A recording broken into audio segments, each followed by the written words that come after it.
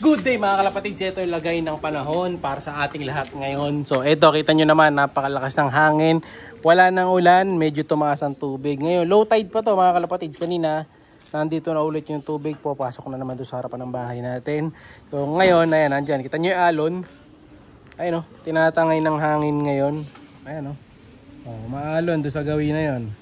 Dahil nga sa sobrang lakas ng hangin, yung mga puno, ayan, pinapaspas. No, yung mga ano natin dito, ito.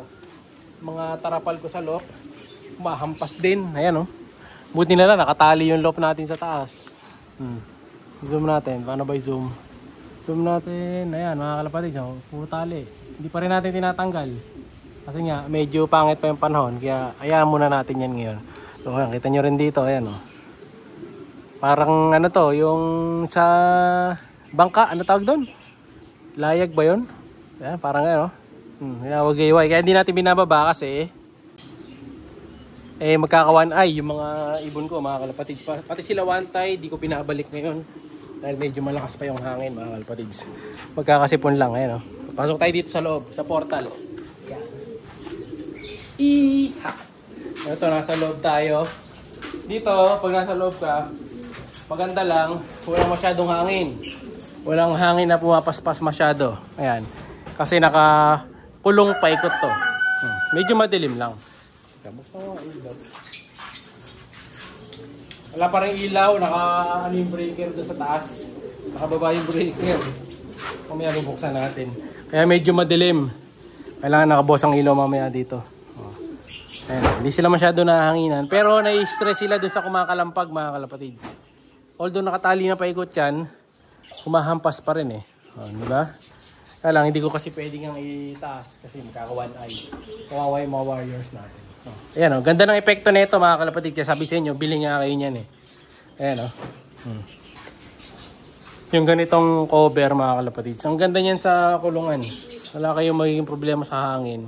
Sa liwanag, ayan, kita nyo naman ito. Naka-cover na siya pero may sinag pa rin ng araw sa loob. No? Kaya maganda talaga yung ganyan. Safe sa ulan. Safe sa hangin, no? Sa araw, hindi masyado tutok. Yung yero, maganda rin sa yero yan, mga kalapatids. So ngayon, ito pala, magsising-sing na ako ng mga warriors natin. Problema na iwan ko yung notebook ko. So dala ko na itong dalawang ring. Yan, kukunin ko lang yung notebook ko. Yan. So may dalawa tayong ring dito. So ito, sa club na ano to, anong club ba to? Ayan, Pinoy Panshir Racing Club. Ano ba? Tama. PRC, sa PRC nakalab to mga kalapatids. Dalawa, meron tayong dalawang ring dito. Ayan, 10 to eh. Tapos meron ako dalawang com. Ayan. So ito, lalagay natin dun sa kulang pala ng dalawa to. Ayun, meron pa may napisa na kasi tayo doon na medyo malaki na. Lalagyan natin ng ring. Kulang ng dalawa to. Tapos ito yung dalawang com, lalagay ko sa Speedbird. Ayan, dito. Ito natin lalagay. Sa anak nila Kobe. Kita nyo, laki na oh. Ang bilis lumaki. May sing-sing kagad. So, kunin natin yung dalawang anak nila. Ganda na ang kulay ng anak nila. Pop color. No? So, lapag muna natin to. Tapos, ready natin tong mantika. Na puro germs. Ayan. Tapos, basahan. Siyempre, na puro dumi. Ayan, nalagyan natin yan. Para mabilis mapasok yung ring. No? Siyempre, kailangan din natin nito. Ayan. So, gusto nyo mag-order ng ganito, multivitamins. Yan, oh. Vitamin, ano to eh, plus minerals, mga kalapatids. Ito, calcium. So, ito, binibigay ko to sa mga young birds, lalo pag ganito nagising-sing ako. Sakto, magbibigay ako ng ring. Bibigyan ko sa lulito sa kanang ganito, ideal. Madlalop ideal. Yan, para hindi sila ma-stress. Nilagyan natin sila ng ring. Ito, bagong bukas to. Lalagay ko na lang yung link nito dyan sa video natin. Yan, dyan na lang kayo bumili para hindi na kayo mahirapan mag-search. No, yung pinakamura yung nilalagay ko yan, kaya saktong-sakto. No, alright. Kunin ko muna yung ano ko. Notebook. Siya si Idol Madla, nakakahanga, may mga hawak, gandang linyada. Ika'y inspirasyon kung bakit hanggang ngayon ako'y palaging kumakarera. Ito yung guide natin sa pagbibreed mga kalapatids. Napaka-importante ng ganitong notebook sa pagbibreed ng mga kalapati natin yan. Kailangan natin to. No? So lalagyan lang natin to ng date ngayon, November. Ayan, November Oh, bago yung ballpen mga kalapatids. May ano pa oh. Pasensya nyo na yung sulat ko. Medyo pangit ako magsulat. Ayan. Yung talaga yung mga pogi. Pangit sumulat. Diba? Comment kayo kung tama. So, ayan. November. Ano ba date ngayon? 10. November 10. 2025. Diba? Palpak yung ballpen. Breathing. Yan, lalagyan ka lang ng ganyan. Oh, tapos ito 11, 10, 25. Ayan, dyan na magsisimula yung breathing natin. So lalagay ko lang dyan yung ring number ng mga to. Ayan, pagkakasunod-sunod. Ayan, kung paano format ng ring number, sunod-sunod yan. Tama. Tapos susunod na lang natin yung mga line dito saka yung date. So dito natin lalagay yung date hatch. Ayan. Date H. Date hatch. Tapos dito yung ring number. Sa pangalawa. Oh, yan. Pangit ng ballpen na to ah. Ring number. Tapos dito lalagay natin yung sa dulo na to yung line. Yan. Lagyan lang natin dito yung line dito. Ayan. Yung sire saka dam. Line, sire, dam. Ayan, dito yan. So, dito isusunod natin yan mga kalapatid. Kahit wala nang guhit, basta sundin nyo na lang mga kalapatid. So, date hatch, kung anong napisa. Ayan, tulad nito, meron na tayo date hatch. Ayan, 11-4. So, lalagyan lang natin dito yung 11-4. Ito.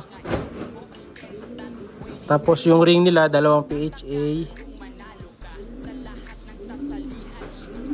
Yan. Tapos dito yung ring. Yung ano, yung line. So yung line nila is si